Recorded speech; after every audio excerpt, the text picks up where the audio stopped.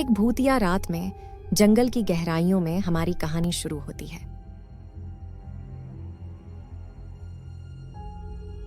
हम इस भूतिया जंगल के एक्सप्लोर करेंगे, मजा आएगा। क्या यह सुरक्षित है राज? ये जंगल बहुत ही डरावना लग रहा है, कहीं बुरा ना हो जाए।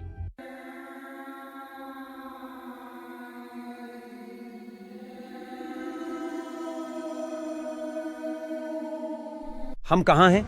यहाँ से बाहर कैसे निकले? अचानक अस्तित्व विहीन चीजें उनके आसपास दिखने लगती हैं। वहाँ एक पुराना और छोटा हुआ हवेली है, कुछ खोजें।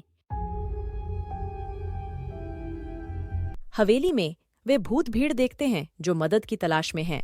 वे हमसे मदद मांग रहे हैं क्योंकि उनकी आत्माएं जंगल में फंस गई हैं। हम तुम्हारी मदद करेंगे, आत्माओं को शांति मिलेगी। जैसे ही आत्माएं शांति पा लेती हैं, जंगल एक शांतिपूर्ण स्थान में बदल जाता है। समझदारी, धैर्य और मदद के साथ ग्रुप भूतिया जंगल से बाहर निकलता है।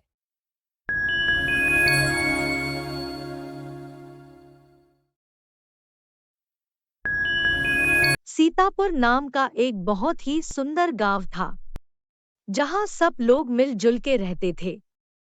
सीतापुर गांव में एक श्याम नाम का गरीब इंसान रहता था।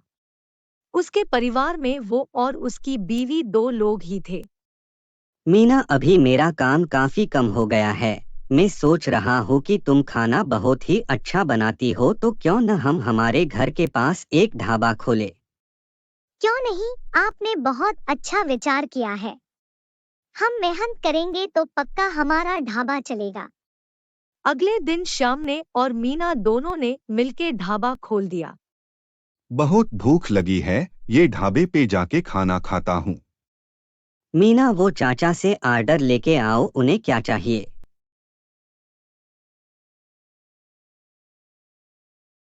नमस्ते चाचा जी, बताएं आपके लिए क्या लाऊं? बेटा, मुझे बढ़िया सा खाना दो, रोटी, सब्जी, दाल, चावल। चाचा जी, हमारे यहाँ घर का बना हुआ ही खाना मिलता है। मैं आपके लिए हमारी स्पेशल थाली लाती हूँ, आपको खाने में आनंद आएगा। अरे वाह, थाली तो एकदम बढ़िया है। चाचा एकदम मजे से खाना खाने लगे। उन्हें खाना बहुत ही पसंद आया। बेटा, तुम्हारे ढाबे का खाना तो बहुत ही स्वादिष्ट है। मैं और लोगों को भी बताऊंगा तुम्हारे ढाबे के बारे में। शुक्रिया चाचा जी, हम सब खाना घर पे ही बनाते हैं और एकदम स्वादिष्ट बनाते हैं। धीरे धीरे श्याम के ढाबे की थाली पूरे गांव पे मशहूर हो गई और काफी लोग श्याम के ढाबे में खाना खाने आने लगे। धीरे धीरे श्याम का ढाबा बहुत अच्छे से चलने लगा और उसे काफी अच्छी कमाई होने लगी। मीना, तुम्हारी सोच ने हमारी पूरी परेशानी दूर कर दी। हमारा ढाबा बहुत बढ़िया चलने लगा।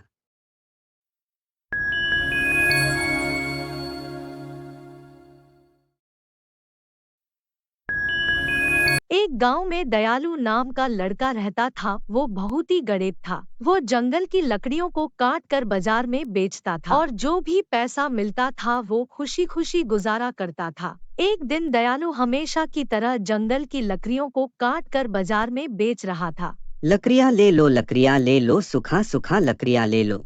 लेकिन उस दिन उसका पूरा दिन ऐसे ही बैठे बैठे बीत गया और उसका एक भी लकड़ी नहीं बिका। तो दयालु उस दिन बहुत ही ज्यादा दुखी हो जाता है और अपने मन को संभलते हुए बोलते हैं, शायद आज बाजार में कोई भी ग्राहक नहीं आएंगे।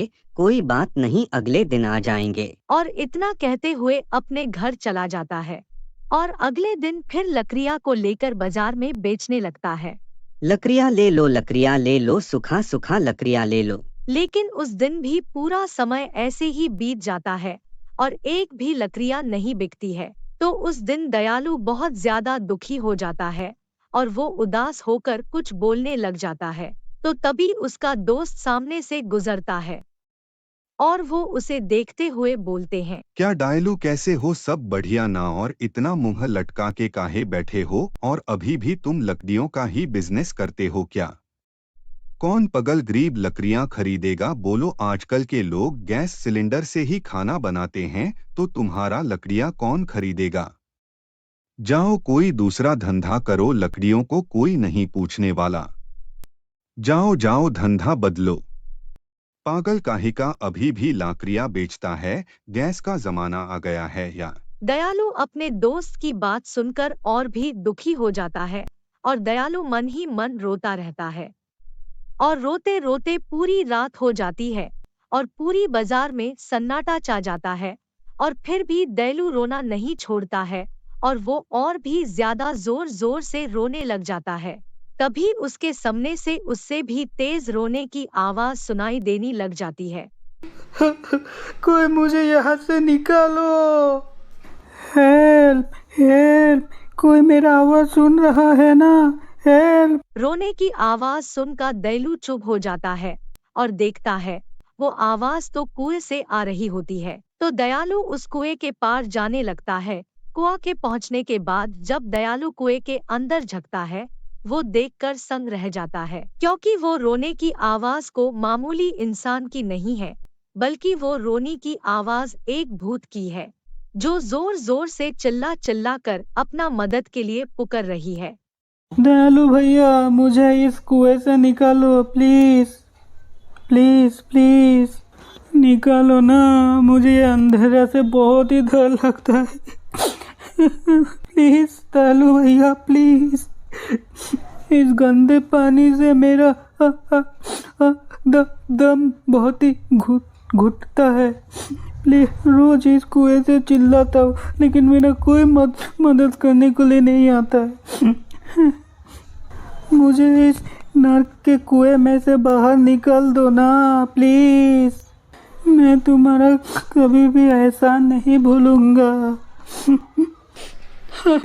दयालु को उस भूत की बात सुनकर दया आ जाती है और दयालु भूत से बोलता है, अभी तुम्हें निकल देता हूँ, रुको। दयालु इधर उधर देखने लग जाता है। तभी उसको एक रस्सी में नजर जाता है। भूत भाई, इस रस्सी को पकड़कर बाहर आ जाओ। भूत वो रस्सी के सहारे कुएं से बाहर निकल जाता है। भूत बाहर निकलने के बाद बहुत ज्यादा खुश हो जाता है और दयालु के तरफ देखते हुए बोलते हैं, दयालु, तुम वाकई में दयालु हो, इसलिए मैं खुश होकर तुम्हें जादुई का पेंसिल दे रहा हूँ। यह कोई मामूली पेंसिल नहीं है। तुम इस पेंसिल से जो भी चित्र बनाओगे वो हकीकत में बदल जाएगी। इससे अपनी जरूरत को पूरा कर सकते हो। दयालु उस पेंसिल को देखकर बहुत ही ज्यादा खुश हो जाता है और दयालु भूत से बोलते हैं, धन्यवाद भूत भाई।